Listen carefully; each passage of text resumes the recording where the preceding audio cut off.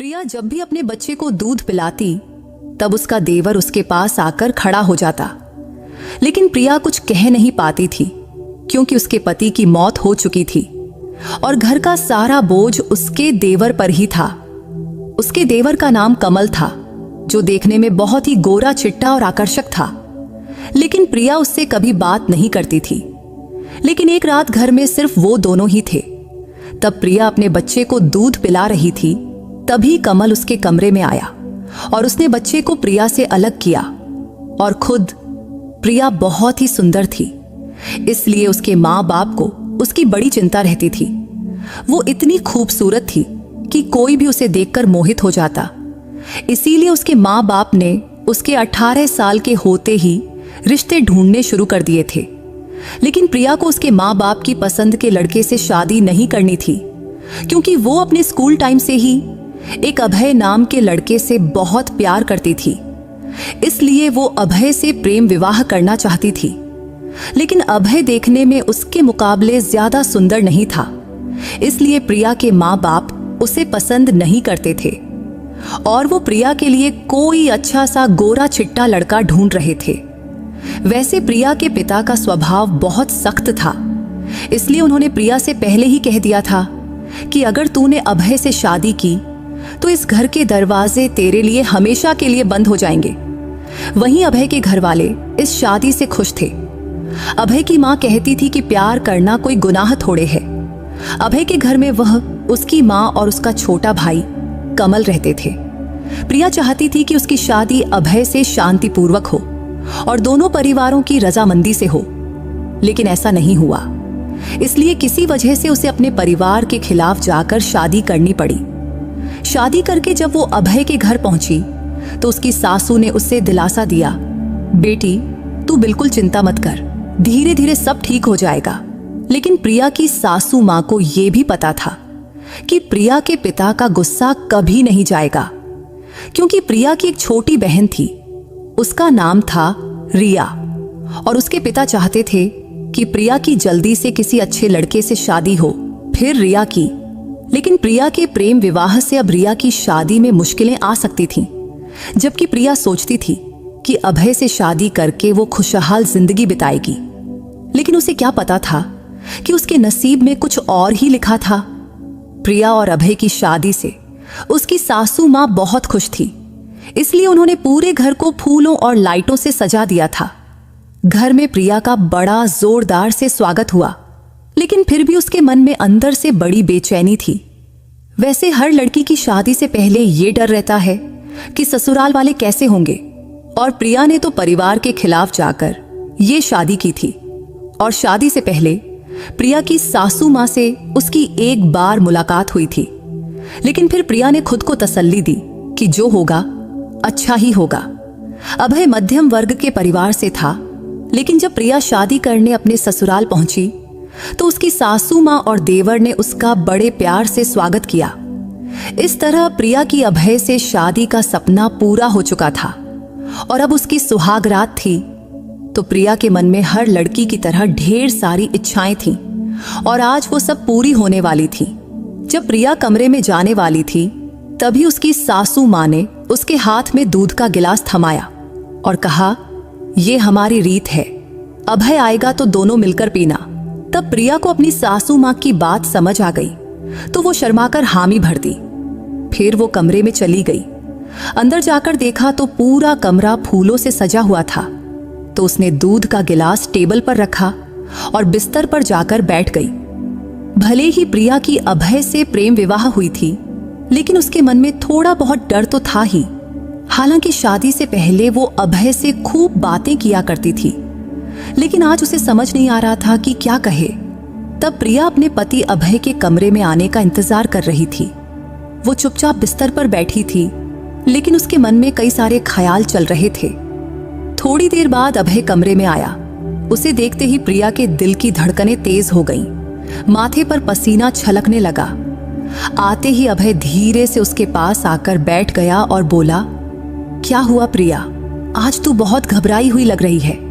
तब अभय समझ गया था कि प्रेम विवाह होने के बावजूद भी प्रिया के मन में परिवार की चिंता थी, इसलिए उसने प्रिया का हाथ पकड़ा और कहा, मैं तुझे वचन देता हूं प्रिया, मैं पूरी जिंदगी तेरे साथ रहूंगा और तुझे हमेशा खुश रखने की पूरी कोशिश करूंगा और तेरी आंखों में एक भी आंसू नहीं आने दूंगा।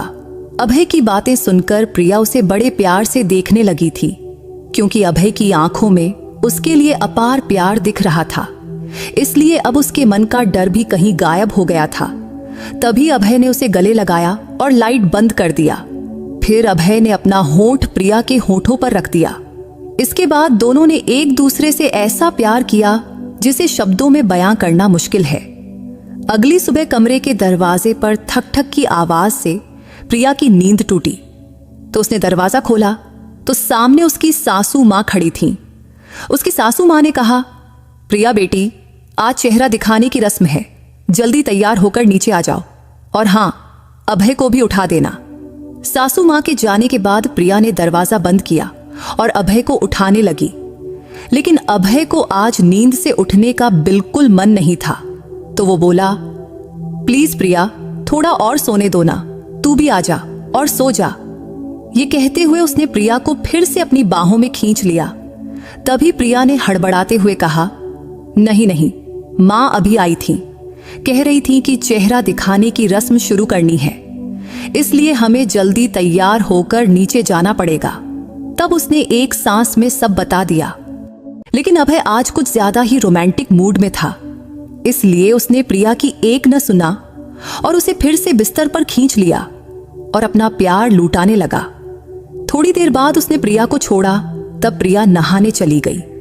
नहाकर लौटी तो उसने एक सुंदर सी साड़ी पहनी।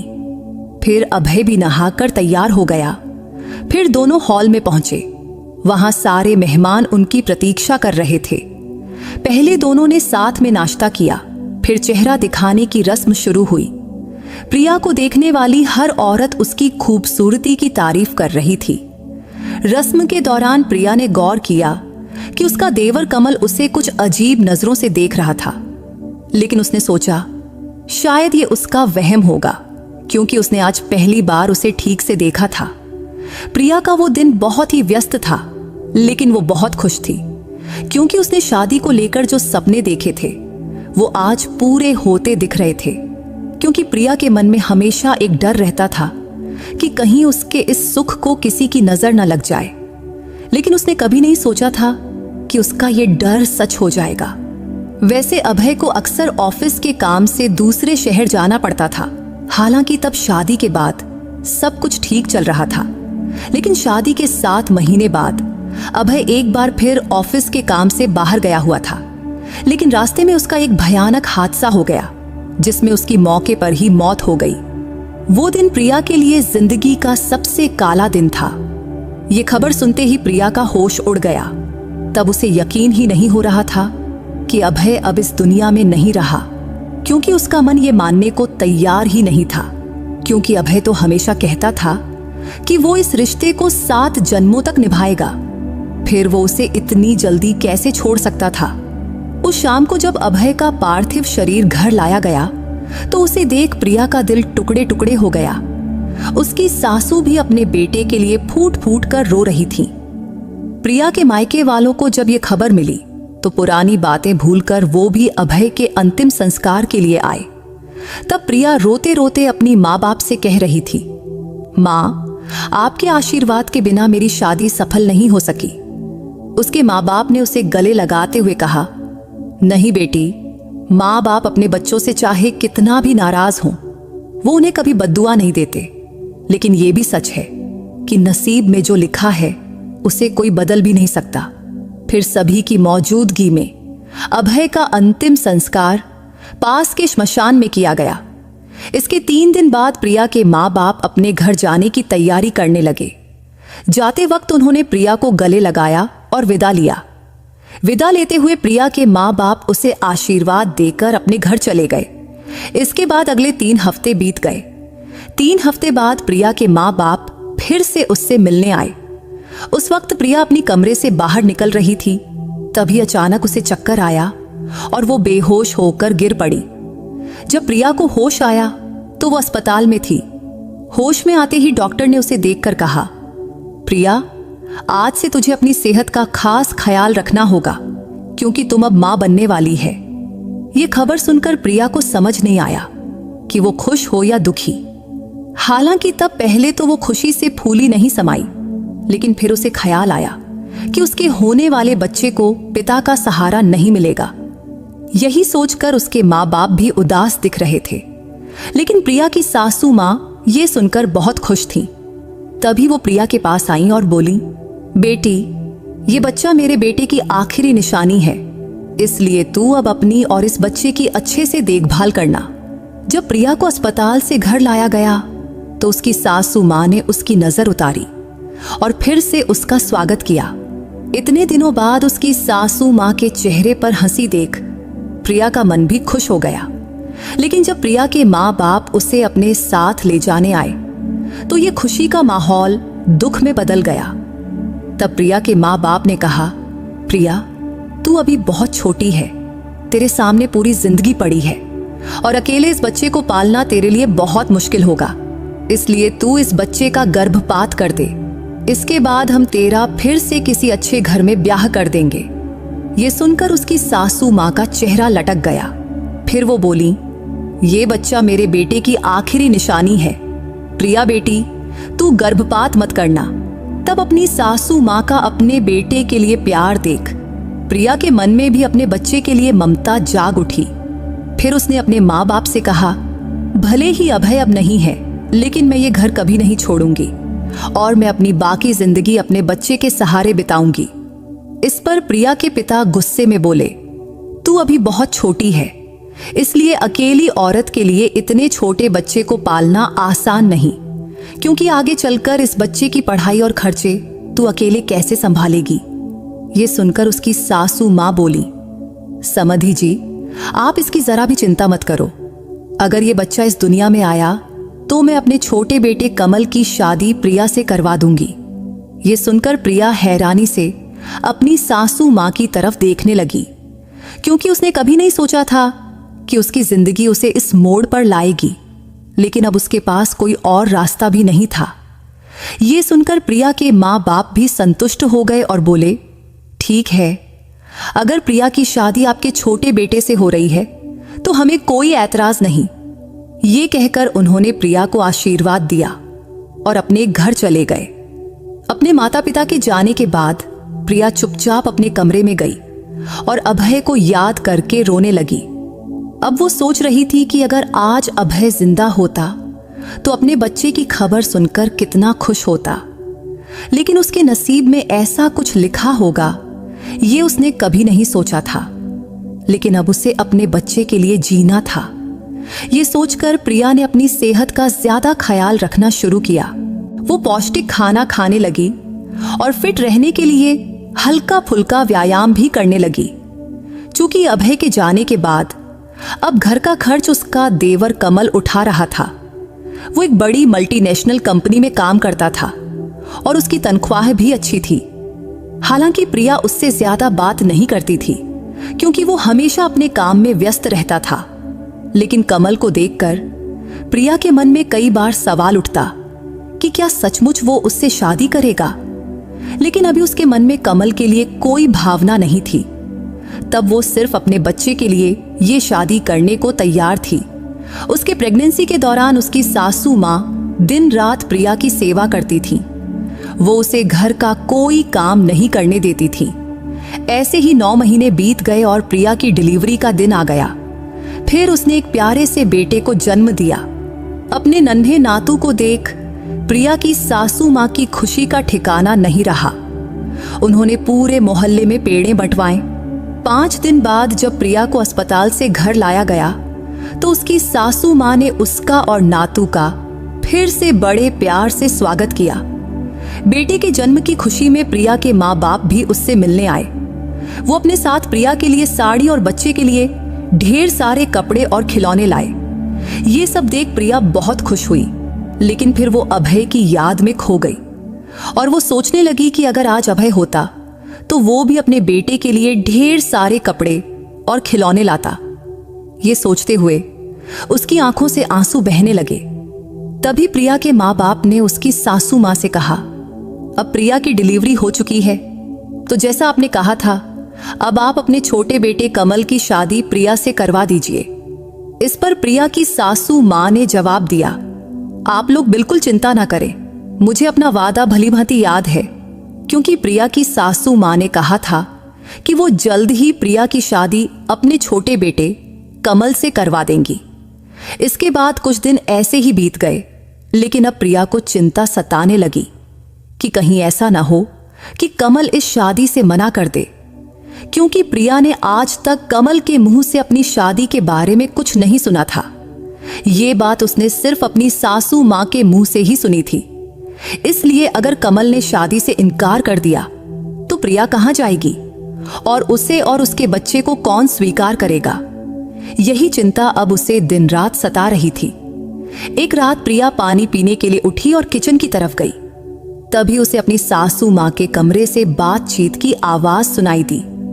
तो प्रिया चुपके से अपनी सासू मां के कमरे के पास गई और दरवाजे पर कान लगाकर सुनने लगी। तब उसकी सासू मां कमल से उसकी और प्रिया की शादी की बात कर रही थी, लेकिन कमल शादी से मना कर रहा था। वो अपनी मां से कह रहा था, प्रिया मेरी भाभी है, तो मैं उससे शादी कैसे कर सकता हूं? इस पर प्रिया की सासू मां ने जवाब दिया, अगर तू प्रिया से शादी नहीं करेगा तो वो अपने बेटे को लेकर चली जाएगी, और मैंने उसके माँ बाप को वचन दिया है कि तुम दोनों की शादी करवाऊंगी। तब कमल की माँ कमल से विनती करने लगी थी कि बेटा, इस शादी के लिए तू हाँ कर दे। अगर तू प्रिया से शादी कर लेगा तो तेरे भाई के बेटे को पिता का सहारा मिलेगा। क्या तुझे नहीं लगता कि तेरे भाई के बेटे को अच्छी जिंदगी मिलनी चाहिए और तेरे भाई की आत्मा को शांति मिलनी चाहिए? तब प्रिया की सासू मां ने कमल को समझाने की बहुत कोशिश कर रही थी, लेकिन कमल के मुंह से एक शब्द भी नहीं निकला। तब कमल की चुप्पी देख प्रिया चुपके से अपने कमरे में लौट गई और आज फिर से प्रिया अभय की याद में रोने लगी। अब उसे बहुत दुख हो रहा था कि उसकी जिंदगी में बस मुश्किलें ही क्यों लिखी हैं, जबकि प्रिया ने अपनी जिंदगी के लिए कितने सपने देखे थे, लेकिन वो सपने पूरे होने से पहले ही बिखर गए। अब वो अपने बेटे को लेकर कहां जाएगी और उसे और उसके बच्चे को कौन स्वीकार करेगा? यही सोचते सोचते रोते रोते वो सो गई। अगली सुबह देर से उसकी नींद खुली। जब वो उठी तो देखा कि पूरा घर फूलों से सजा हुआ था और बाहर मंडप बनाया जा रहा था। ये सब देखकर प्रिया ने अपनी सासू मां से पूछा तो वो बोली, आज तेरी और कमल की शादी है। ये सुनकर प्रिया को हैरानी हुई और वो सोच में पड़ गई, क्योंकि रात को उसने कमल को मना करते सुना था। तो वो क्या था? फिर कमल इतनी जल्दी शादी के लिए कैसे राजी हो गया? लेकिन वो अपनी सासू मां से कुछ पूछ न सकी। तभी उसकी सासू मां ने उसे शादी के लिए एक सुंदर साड़ी दी और कहा, ये तेरी शादी की साड़ी है, ये पहनकर जल्दी तैयार हो जा बेटी। वह साड़ी देखकर प्रिया फिर अभय की यादों में खो गई। वो सोचने लगी कि अगर आज अभय जिंदा होता तो उसे ये साड़ी दोबारा नहीं पहननी पड़ती, लेकिन अब नसीब में जो लिखा है उसे कोई नहीं बदल सकता। तब प्रिया दूसरी बार वह साड़ी पहन रही थी और साड़ी पहनते वक्त उसे अपने नसीब पर बहुत गुस्सा आ रहा था।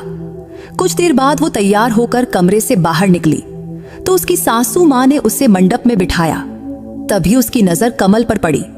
मंडप में बैठा कमल बिल्कुल उदास लग रहा था।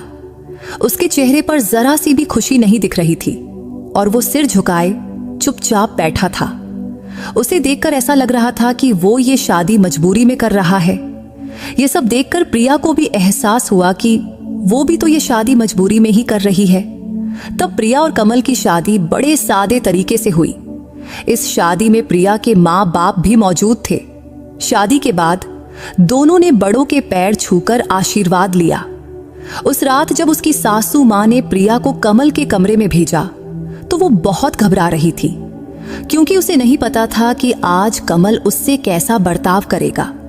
इसलिए ये रात उसकी जिंदगी की सबसे अजीब रात हो सकती थी। यही सोचते सोचते वो बहुत परेशान हो रही थी। फिर भी प्रिया चुपचाप बिस्तर पर जाकर बैठ गई और कमल का आने का इंतजार करने लगी। इंतजार करते करते रात के 1 बज गए, लेकिन कमल कमरे में नहीं आया। रात के 1:30 बजे जब कमल कमरे में आया तो तो प्रिया को जागते देख भी वो उससे कुछ नहीं बोला। तब प्रिया भी उससे कुछ नहीं बोली, क्योंकि आज उनका रिश्ता बदल चुका था और आज वो पति पत्नी बन चुके थे। लेकिन फिर भी उनके बीच पति पत्नी जैसी कोई भावना नहीं दिख रही थी। तभी कमल चुपचाप बिस्तर से तकिया लेकर बालकनी में जाकर सो गया। उसके इस बर्ताव से प्रिया बहुत परेशान हो गई, फिर भी वो उससे कुछ कह न सकी और चुपचाप सो गई। अगली सुबह जब प्रिया की नींद खुली तो कमल पहले ही फ्रेश होकर बाहर जा चुका था। हालांकि प्रिया को पता था कि कमल के लिए इस रिश्ते को स्वीकार करना बहुत मुश्किल होगा, लेकिन साथ ही उसे यह भी मालूम था कि चुप रहने से कोई हल भी नहीं निकलेगा।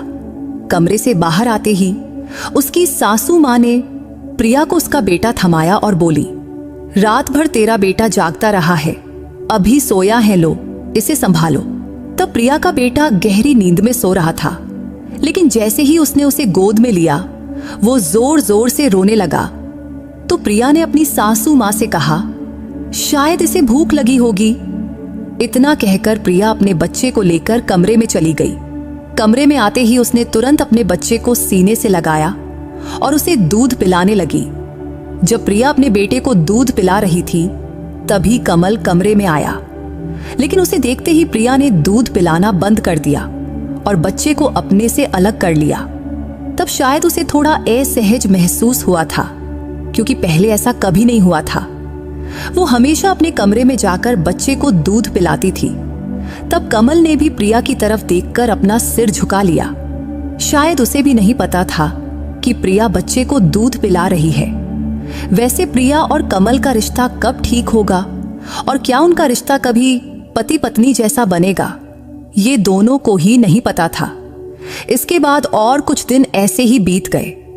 अब कमल प्रिया के बेटे से बहुत प्यार करने लगा था और वो उसके लिए नए नए खिलौने लाता और उसे पिता जैसा प्यार भी देता था। लेकिन आज तक प्रिया और कमल के बीच पति पत्नी का रिश्ता नहीं बन पाया था। एक रात प्रिया की तबीयत ठीक नहीं थी। तब उसे तेज बुखार था और उसका बेटा भूख की वजह से जोर जोर से रो रहा था। तब जैसे ही प्रिया ने उसे दूध पिलाना शुरू किया कि तभी कमल कमरे में आया और वहीं खड़ा हो गया। तब कमल को अपने पास खड़ा देख प्रिया को बहुत शर्मिंदगी महसूस हुई, लेकिन कमल वहीं खड़ा रहा। तब प्रिया को उसका यह बर्ताव बिल्कुल पसंद नहीं आया।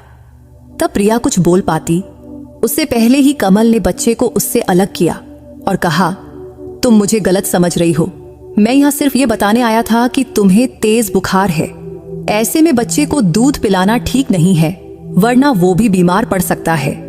इतना कहकर कमल बच्चे को बाहर ले गया और खुद पाउडर का दूध बनाकर उसे पिलाने लगा।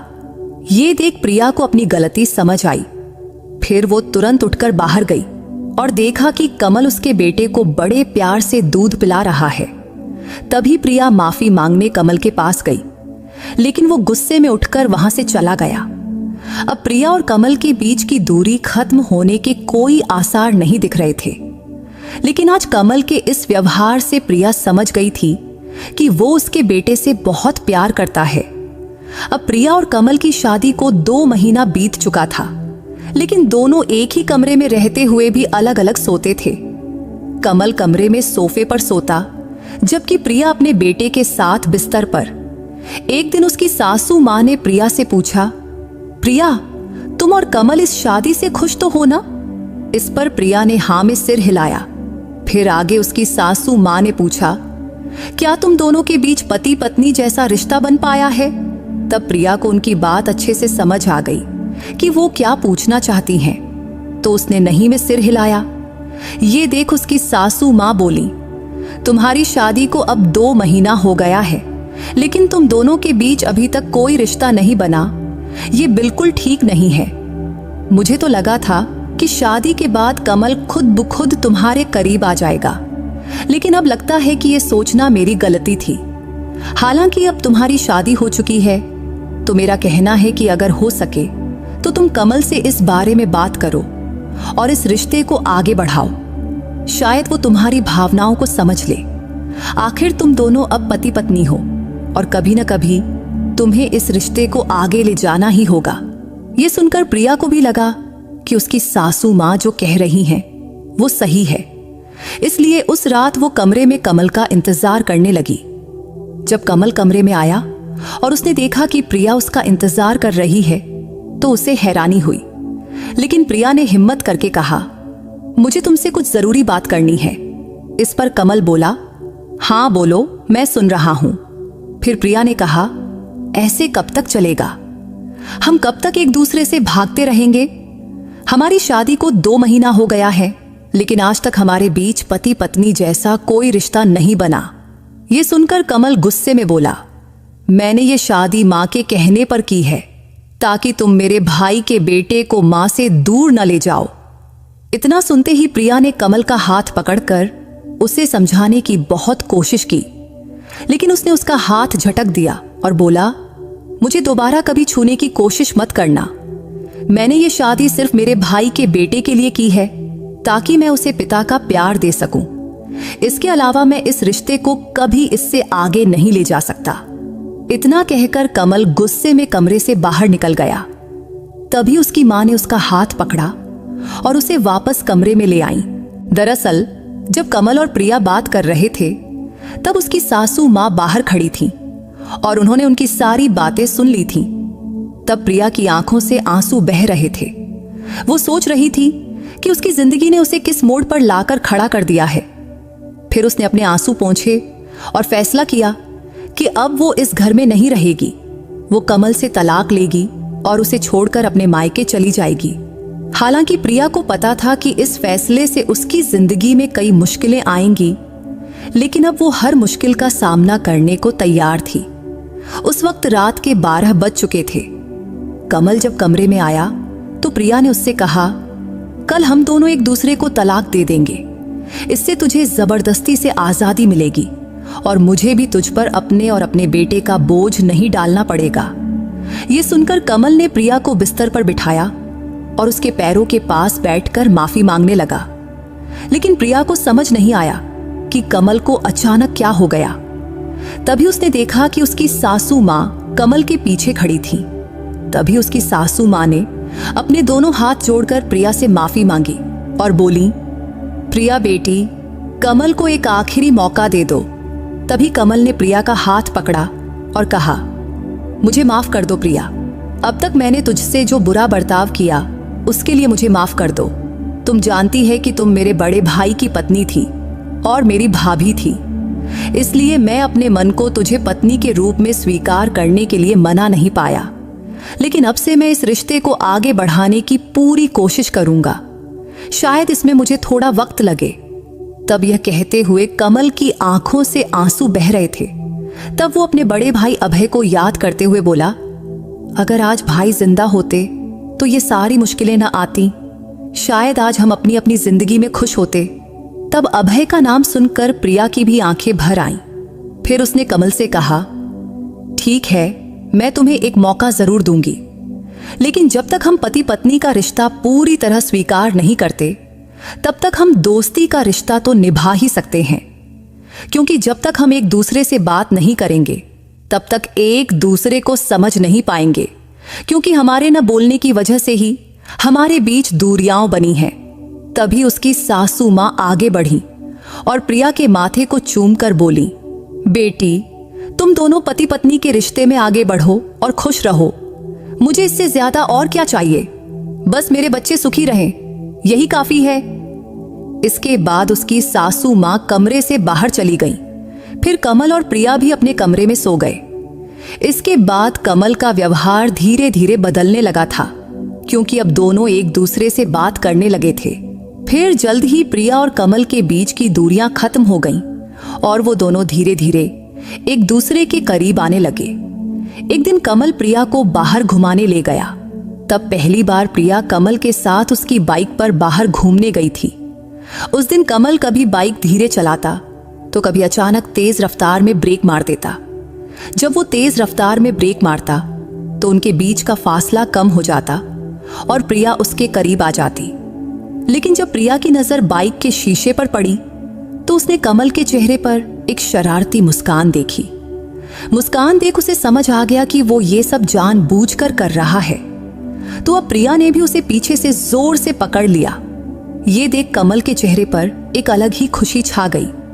उस शाम को जब वो दोनों घर लौटे तो प्रिया दौड़कर घर के अंदर गई, लेकिन उसने देखा कि घर में कोई नहीं है, तो उसे अपने बेटे की चिंता होने लगी। वहीं कमल उसे पीछे से पुकार रहा था। जब कमल उसके पास आया तो प्रिया ने पूछा, मेरा बेटा कहाँ है? तो कमल ने जवाब दिया, तुम उनकी जरा भी चिंता मत करो प्रिय, माँ और बच्चे वो दोनों मासी के घर गए हैं और कल सुबह तक वापस आ जाएंगे। इसके बाद कमल प्रिया को अपने कमरे की ओर ले गया। तब कमरे का दरवाजा खोलते ही प्रिया ने देखा कि पूरा कमरा फूलों से सजा हुआ था। यह देखकर वो हैरान भी हुई और खुश भी। तब उनका कमरा बिल्कुल उसकी सुहागरात वाले कमरे की तरह ही सजा हुआ था। तो दोनों ने एक दूसरे का हाथ पकड़ा और कमरे में दाखिल हुए, क्योंकि आज की रात उनके लिए बहुत खास थी। कमरे में जाने के बाद कमल ने प्रिया से कहा, मैं आज तुझे जानबूझकर बाहर घुमाने ले गया था ताकि मैं ये सब सरप्राइज प्लान कर सकूं। तब कमल की बात सुनकर प्रिया बहुत खुश हुई, लेकिन कमल अब हर बात पर धीरे धीरे प्रिया के करीब आ रहा था। लेकिन प्रिया ने उसे हल्का सा धक्का दिया और उससे दूर हट गई, क्योंकि उसे कमल की नजरों का मतलब समझ आ गया था। प्रिया और कमल की शादी को अब 3 महीने बीत चुके थे। तब जाकर उनके बीच असली पति पत्नी के रिश्ते की शुरुआत हुई थी। कमल ने प्रिया का हाथ जोर से पकड़ा और कहा, इस रिश्ते को मैं मरते दम तक निभाऊंगा। प्रिया ने कमल के मुंह पर हाथ रखकर कहा, प्लीज कमल, अब से कभी मरने की बात मत करना। ये कहते हुए उसकी आंखों में आंसू आ गए। तभी कमल ने कहा, ठीक है बाबा, अब से ऐसा कुछ नहीं बोलूंगा जिससे तुम्हारी आंखों में आंसू आए। मैं ये नहीं कह सकता कि जो हुआ उसे भूल जाओ, लेकिन मैं वचन देता हूं कि अब से तुम्हारी आंखों में एक भी आंसू नहीं आने दूंगा।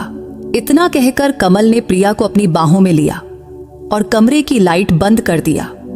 आज उनकी जिंदगी की नई शुरुआत हुई थी, क्योंकि उनके बीच की दूरियां अब प्यार में बदल गई थीं और दोनों इतने करीब आ चुके थे कि एक दूसरे के दिल की धड़कनें साफ सुनाई दे रही थीं। तो दोस्तों, अगर आपको प्रिया की ये कहानी पसंद आई हो तो इस वीडियो को लाइक और चैनल को सब्सक्राइब करना मत भूलना। फिर किसी नई कहानी में मुलाकात होगी। बाय।